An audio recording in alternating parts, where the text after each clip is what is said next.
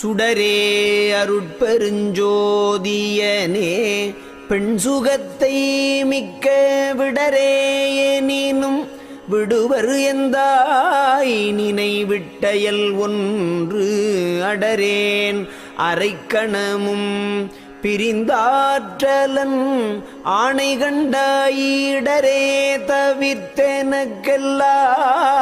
நலமும் இங்கு இந்தவனே தவநேயமும் சுத்த சன்மார்க்கநேயமும் சத்தியமாம் சிவநேயமும் தந்தன் உள்ளம்